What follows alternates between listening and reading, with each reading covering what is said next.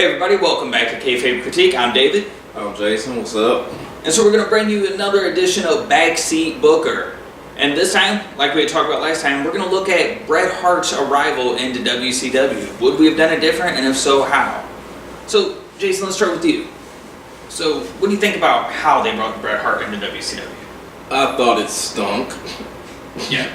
I mean, you have someone coming off of the most talked about thing in wrestling, I mean, in the history of the business, and it's not like, oh, it just got popular last week, like last week. It was hot then, and you wait until what, 6 weeks later, and you have him be the special referee for a match between Eric Bischoff and Larry Zbyszko. No disrespect to them, but I think it could have been done a little bit higher profile. Yeah, and so you definitely had the Montreal Screwjob was definitely a hot angle, and in their defense, they couldn't bring him in right away. He was still under contract technically until the end of November, so he could not appear on WCW prior to his contract ending. So it's like, so I get why you didn't bring him in right away, but I agree. There should have been so much bigger to bring in a guy who, the only other person at that time that had been a 5-time WWE champion was Hulk Hogan. Right. And Bret Hart had been a centerpiece of the WWE, you know, as far as a main eventer since 1992. Right. So here's a huge piece of the WWE coming in, and yet for like the first year, they really didn't know what to do with him. And just thinking back to like them singing "Oh Canada" on the night after the Screwjob and stuff like that. I mean, I get some of the things that they did in that vein to like promote him coming in, and I know he couldn't appear, but I just still feel like they could have gotten him in. I feel like he needed to be involved in like the biggest storyline that there was at that time, and at that time it was Sting and Hogan. I mean, eventually they did get him involved, but he kind of backed into it, for lack of a better word. So is that how you would have brought him in into that main event with Sting and Hogan? I wouldn't have put him in the match, but, and I did like, I mean, I will say this, having him be a part of the finish of that match, which, I mean, alluded to the Screwjob. I mean, I was okay with that, but I really feel like he should have just been the special referee for that match from the beginning Instead of the Bischoff Zbyszko? Yeah, because you could have had him kind of like not so much show where, because you're still gonna have that question. Okay, is he NWO or is he WCW? I mean, what's he gonna do? I mean, he could get physically involved with Sting and Bret at some point. Yeah, you could definitely agree with what you're saying there, and you could definitely put it in there of, is he gonna go against Hogan? Is he gonna go against Sting? Right. And you could have played off the fact that, you know, him and Hogan had a history that they never got to settle. Right. I mean, him and Hogan have history. I mean, Sting is this new kid on the block that he's never run into. They've got the same finisher in a lot of respects. I mean, Sting is the franchise of WCW, so, I mean, there's going to be that curiosity. See, now I would have done it a little different. So I would have started with the night when you have the NWO in the ring with the Canadian flags, the night after the Montreal Screwjob. Even though you couldn't have shown him, I would have started with all of a sudden on the screen, and so the television audience would have been able to see it. And for those in the ring, they wouldn't have known what was going on until they looked at the screen. But I would have had suddenly the red dots like bullseyes appearing on each person individually in the ring. Almost like they are being targeted by a hitman. From there, I would have flashed something on the screen of he's coming and just have it say hitman and end it. And slowly up until he could actually show up, do little things like that. Like certain people would be in the ring, or while they're walking in the ring, all of a sudden the bullseye circles in on them, and then it just fades away. Yeah. And you continue to show that he's coming and he's looking for people. And then when you bring him in on the fact that he was the excellence of execution. I know you had a lot of storylines going on at that time with the NWO and WCW. And so, yeah, it was kind of hard to take a guy that big and put him into something right away. So why not bring him in and showcase his wrestling ability, which you didn't have a ton of great in-ring work in WCW at that time to the level of a Bret Hart. Oh, absolutely not. So you could have brought him in, and right off the bat, Chris Benoit, Dean Malenko, Eddie Guerrero, Chris Jericho, Booker T, just one right after another, just keep putting them in match after match after match. Not really much of a story around it, but just to let him go out there and have the match of the night, steal the show, build him up, and have him talking about how he ran out of competition in the WWE, so they had to find a way to push him out. And so now he's where the big boys play for fresh competition. He's going through all these people and just continually drop lines about Hogan. And then finally, you flip into the summer of '98, Hogan versus Goldberg, as the NWO tries to have Bret Hart come out and fight off the NWO and save it to where Goldberg gets the win on Hogan, start building from there.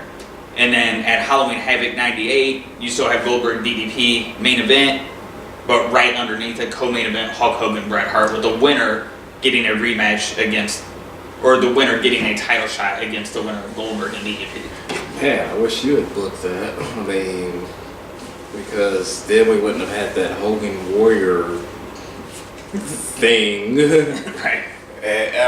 And think about back to the Hitman whole thing that you were talking about with the red dots. Man, this was the pre 9/11 world, so you could have actually done that at that point. And that plays off the whole Hitman. I mean, excellence of execution. I mean, a Hitman, the sniper's gonna have precision. I mean, that plays into all of that. So I think that would have definitely worked. The only question is, I mean, who goes over in that match? See, and that's where you can go multiple routes. You can go either Bret gets screwed by Hogan, so you set up more like, all right, now you have the Hogan Goldberg match at Starrcade instead than Goldberg Nash, right? And then does Bret try to get involved there, or do you let Bret actually beat Hogan and then he headlines Starrcade against Goldberg? And then does the NWO somehow get involved in that? Or do you just go with a straight up match and let Goldberg's undefeated streak continue? I mean, well, we saw what happened when Bret and Goldberg actually got in the ring a year later. And that definitely didn't end well. Yeah, I think that definitely doing a Bret and Hogan at Halloween Havoc '98 would have made Halloween Havoc '98 bigger. Would have been much better than Hogan Warrior. That's not hard. And you talk about a match that could have potentially pulled some viewership away from WWE. Right. So, yeah, I mean, you weren't going to get much of the WWE audience at that time to pull away for the Warrior. Only because a lot of WWE fans, were tuning back in because of the Attitude Era, and the Warrior really didn't fit that much. Right. But Bret was there at the start of the Attitude Era and is still to this day one of the most respected wrestlers in history. And, this was also at a time when people were just now starting to get into the internet and really read wrestling newsletters and rumors. So a lot of people knew about Bret Hogan history, and that could have also built into that storyline. Yeah, I think that they really missed the mark with not having that match ever take place. I mean, there was so much just natural heat there. I mean, so much that they could have played into. I mean, so much art imitating life that they could have played into, like the whole 1993 situation, which there's like 8,000 different sides of that story. Right. And they just, I don't know if it was a case of Hogan playing politics or what, but when they actually did get in the ring, it ended up being like it was a farce, for lack of a better word. Yeah, and And when you just look at the level of guys that he could have went with to really prove he was excellence of execution, and to get the WCW audience that hadn't seen him before to get their mouth watering for him, and when you look at Savage, Flair, all the guys I named earlier, there was so much talent there that he could have literally stole the show, probably every Nitro up until Halloween Havoc, or if you were just saving those for pay-per-views. You could have had huge pay-per-view matches all the way up until Halloween Havoc easily. Yeah, I mean, they could have, gosh, like you said, Savage, Booker T, Benoit. I mean, we saw what happened when they got in the ring together. Guerrero, Malenko, Flair, Jericho. Yeah, but I think that WCW had this whole sick problem. They just, for whatever reason, they didn't want certain guys to get that rub just yet. Yeah, and I mean, it would have also been, you would have been able to take Bret and put him against guys that weren't necessarily part of the NWO, also, and have great matches. So it was like giving you extra storylines that weren't part of the NWO thing, because you're really starting to water down the company with the NWO. Yeah. So now you'd have extra storyline that wasn't part of the NWO.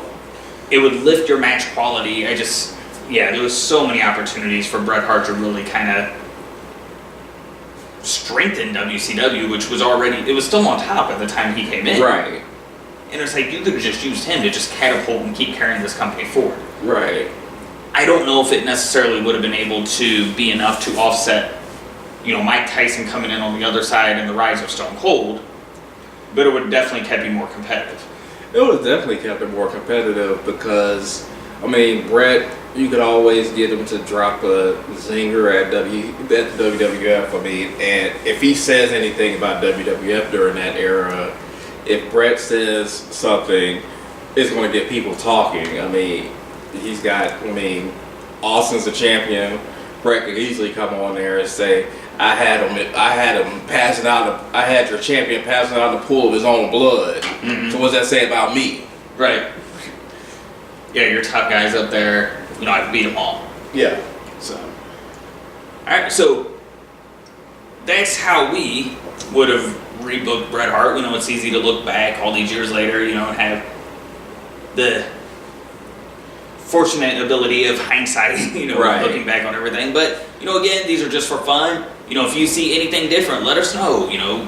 Comment on the YouTube channel, Twitter, Facebook, Instagram. Let us know. How would you have booked Bret Hart? Would you have done it differently than us? Or would you have done it the same way they did in WCW? Let us know. All right. Yeah, let us know. All right. See you next time.